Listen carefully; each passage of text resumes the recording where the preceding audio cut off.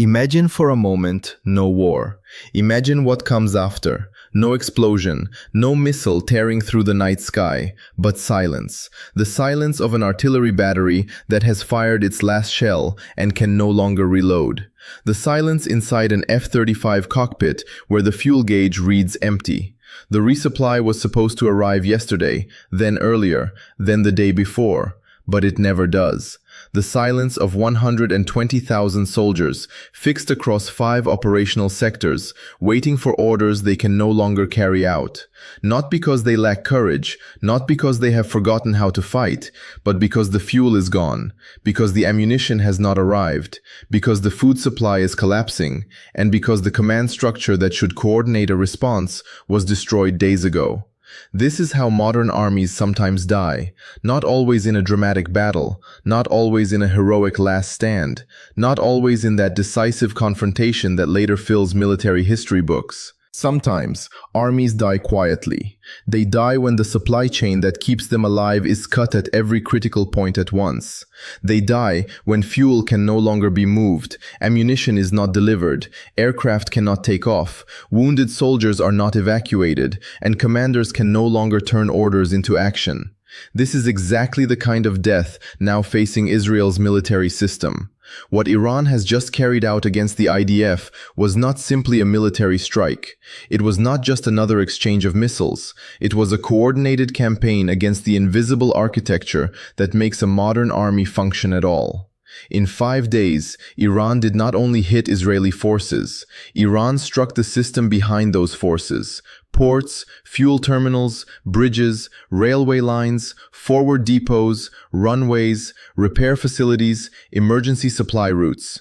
And by attacking these layers one after another, Iran created a situation in which every destroyed node prevented the next intact node from compensating for the failure. That is why this moment is so significant, because if the numbers are even approximately accurate, 120,000 Israeli soldiers are now sitting in positions from which they can hardly advance, which they cannot reliably supply, and from which they cannot safely withdraw without running into the same trap that cut them off in the first place. This is not a tactical inconvenience, it is a strategic verdict. And to understand how Iran delivered this verdict, we must begin with the structure of the campaign itself. Modern Israel depends heavily on sea-based logistics. Heavy equipment, fuel, ammunition, spare parts, and industrial materials cannot be moved efficiently by air. They are transported by sea. This makes port infrastructure one of the deepest foundations of Israeli military endurance. Iran appears to have understood this very clearly. The campaign began with simultaneous strikes on Israel's most important port facilities. As one of the most significant military import hubs, it was heavily hit. The strikes did not simply target the port as a symbol, they targeted its function: container cranes, fuel unloading systems, military storage complexes, cargo handling operations. The goal was not just to damage buildings, the goal was to make the port incapable of fulfilling its military logistics role. Haifa, the northern port, closely tied to supply routes for forces on the northern front, was also hit. There, the focus was not on random destruction, but on the fuel terminal and the railway connection linking the port to forward logistics networks. Then came access via the Red Sea, Israel's non-Mediterranean sea route.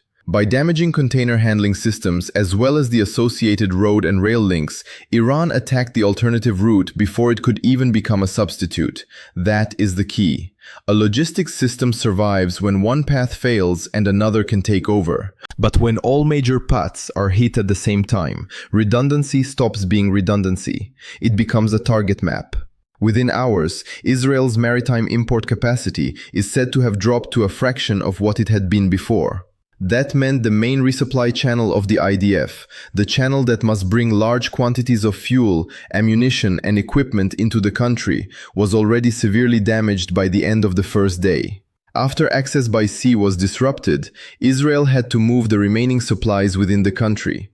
That meant roads, bridges, railway corridors, and distribution routes became the next critical layer. Iran's second phase targeted exactly these overland networks. Key road bridges on primary military supply routes were hit. Railway lines connected to the northern logistics corridor were cut at multiple points. The logic was clear. Do not waste weapons chasing individual trucks. Destroy the infrastructure that every truck must use. That is precisely what made the campaign so dangerous. A convoy can be replaced, a truck can be rerouted, but a collapsed bridge, especially when alternative bridges are also destroyed, does not just create delay, it creates a barrier. A damaged rail segment can halt movement across an entire corridor if chosen correctly. And when multiple rail segments are destroyed at once, repair crews must choose between too many urgent failures. The result was not a simple disruption, it was structural paralysis. By the end of the second phase, the remaining supplies within Israel were no longer sufficient. They also had to be moved, and movement itself had become the problem. This was the most revealing phase, because forward logistics depots are not ordinary warehouses. They are the emergency buffer between a fighting army and logistical exhaustion. Every modern army knows that frontline forces cannot depend on perfect daily resupply. That is why it maintains forward stocks, fuel, ammunition, food, spare parts, medical supplies, and emergency reserves that are close enough to the front to sustain operations for a limited time if the main supply chain is disrupted. Iran targeted exactly this buffer after first cutting the larger supply network. This sequence is crucial. If the forward depots had been hit first, Israel might have been able to push supplies forward from ports or central storage. If the ports had been hit, but the depots remained intact, frontline forces might have continued operating longer. If roads and railways had remained functional, surviving supplies could have been redistributed. But when ports, overland transport, and forward depots were struck in sequence, the destruction of each layer amplified the effect of the previous one. Reports suggest that most identified forward depots were hit, and that only a small percentage of supplies available before the campaign remained. The surviving stock may have lasted only a few days at current consumption. Here, the mathematics becomes brutal, because armies consume on a scale that civilians rarely grasp. An armored brigade constantly burns fuel. Tanks, infantry fighting vehicles, artillery tractors, engineer vehicles, recovery vehicles, and logistics trucks all require diesel. Multiply that across several brigades, and the daily demand becomes enormous. If an armored brigade consumes around 180,000 liters of diesel per day during active operations, and several brigades are deployed, then fuel is no longer a background issue. It becomes the central limit of military action. Without fuel, tanks are no longer armored mobile platforms. They are static metal objects. Without fuel, artillery cannot be repositioned. Engineer vehicles cannot clear routes. Logistics trucks cannot distribute supplies. Commanders may still have plans, but plans require movement, and movement requires fuel. By the fifth day, fuel availability is said to have fallen below the threshold required for sustained offensive operations. That means vehicles were not only lost to enemy fire, they were immobilized by empty tanks. Aviation fuel created an even sharper problem. The air power of the IDF depends on fuel-intensive operations. Fighter jets, tanker aircraft, helicopters, surveillance planes, and transport aircraft require constant supply.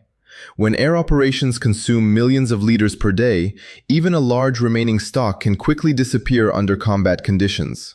When fuel must be conserved, the number of sorties decreases. When the number of sorties decreases, air cover becomes weaker.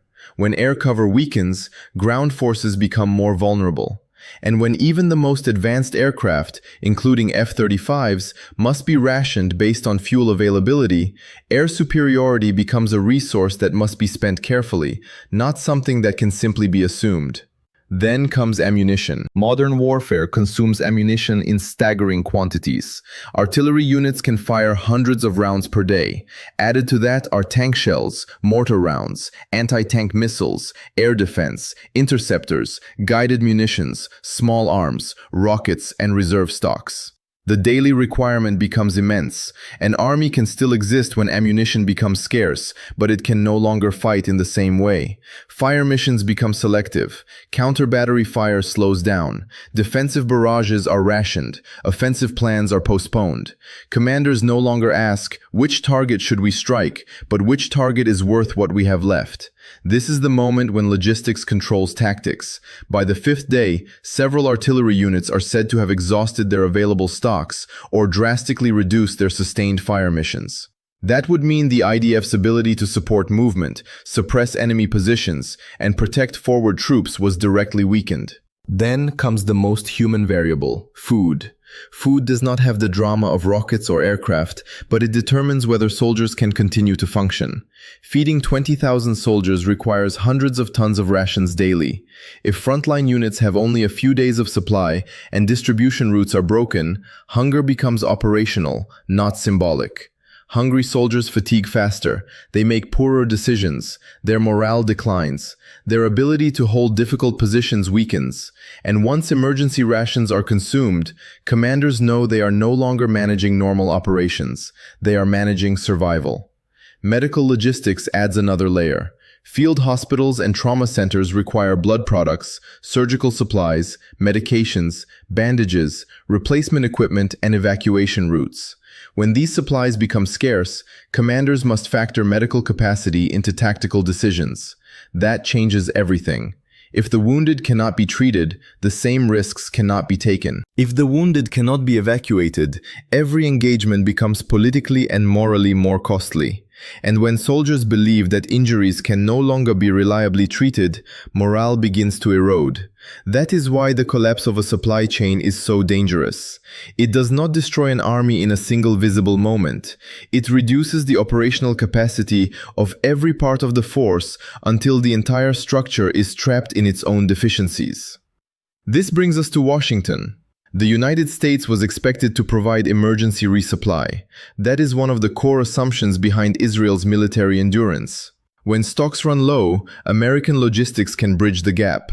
But in this scenario, the problem was not American willingness. The problem was physics. American heavy-lift aircraft can move enormous quantities of cargo, but not enough to replace a destroyed maritime supply chain at scale. A C-17 or C-5 can transport high-value supplies quickly, but fuel and ammunition in a major war must be measured in thousands of tons.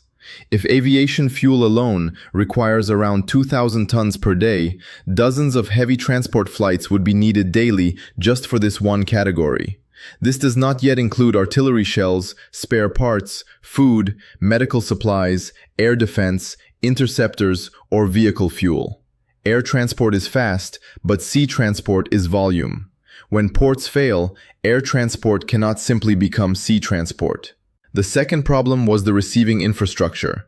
Even if Washington could provide enough aircraft, those aircraft require runways, cargo terminals, ground crews, fuel systems, security, and onward distribution networks. If major runways are destroyed, if cargo airfields are damaged, and if repair teams must fear repeated strikes, the airlift exists on paper, but not in reality. One cannot deliver emergency supplies into a country if there is no safe and functional place to land, unload, store, and distribute them further. The third problem was the threat environment. Heavy transport aircraft are large, slow, and visible. They are not designed to fly unprotected into heavily contested airspace. But fighter escort requires functioning airbases, fuel, command systems, and airspace control. If the same campaign that destroyed the logistics network also disrupted the airfields and command structures needed to protect resupply flights, the entire rescue operation becomes circular. You need airfields to fly in supplies. You need supplies to restore airfields. You need air cover to protect supply flights. You need functioning bases and fuel to provide air cover. That is the trap. That is why the Pentagon's problem was structural. It was not only a question of political will, it was a question of whether the physical system required for resupply still existed. Iran's campaign appears to have been designed not only to cut Israeli logistics, but also to defeat the American response that would normally follow. That is the strategic sophistication of the operation. It did not only ask, how do we damage Israel? It asked, how do we damage Israel in a way that America cannot repair quickly enough? That difference is decisive. Now we reach the human equation. Armies do not simply collapse because supplies run low. They collapse when soldiers no longer believe that supplies are coming. A unit can endure hunger, shortage, isolation, and danger if it believes help is imminent. Soldiers can hold impossible positions if they believe the larger system is still functioning. But when they understand that ports are destroyed, roads are cut, airfields are cratered, depots are burning, and external help cannot get through, psychology changes. The question is no longer, how long until resupply arrives? The question becomes, can anyone reach us at all? That is the moment when organizational cohesion begins to weaken. Here, Iran's position stands in sharp contrast to Israel's. Iran acted from the initiative. It chose the timing, selected the targets, controlled the sequence, and maintained pressure over several days. Israeli forces were first forced to react, then to adapt, then to survive. This asymmetry is not only about weapons, it is about operational confidence. Iran did not need external permission to launch the campaign. It did not require emergency approval from a foreign capital. It did not depend on an airlift, ports, or the political timeline of another country. It used weapons, intelligence, doctrines, and partnerships developed on its own terms. Israel, by contrast, suddenly needed everything from the outside, precisely at the moment when external help was hardest to deliver. That is why this event, if confirmed at this scale, would be more than a battlefield setback. It would be a strategic transition. For decades, Israel's military strength has rested not only on its own capabilities, but also on the assumption that American support can always sustain it in a crisis. That assumption has now been tested under conditions of contested logistics, and the result is deeply uncomfortable.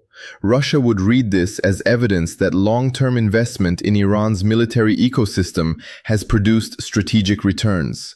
If Russian technology, missiles, cooperation, satellite support, or electronic warfare contributed to this outcome, Moscow would see in it a cost-effective way to weaken American influence without risking direct confrontation. China would focus on the precedent. A modern, Western-equipped army can be paralyzed not by defeating every unit, but by collapsing the supply system before the supporting superpower can restore it. This lesson extends far beyond the Middle East. It applies to Taiwan. It applies to the South China Sea. It applies to any theater where American strategy assumes that logistics can arrive fast enough, safely enough, and in sufficient volume to sustain an ally under pressure.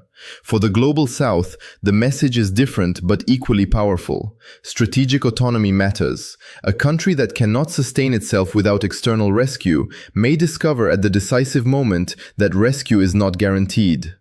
Then there is the energy dimension. In this scenario, Iran has shown that it can conduct large-scale infrastructure disruption over time.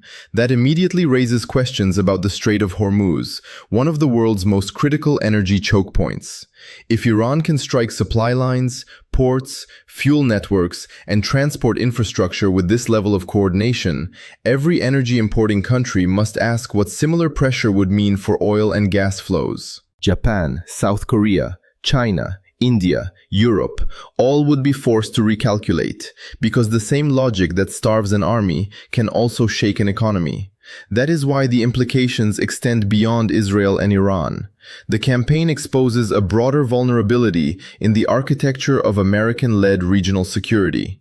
Carrier groups, bases, air transport, and alliances remain powerful, but they are not magic. They depend on infrastructure, access, fuel, runways, ports, political permissions, and time.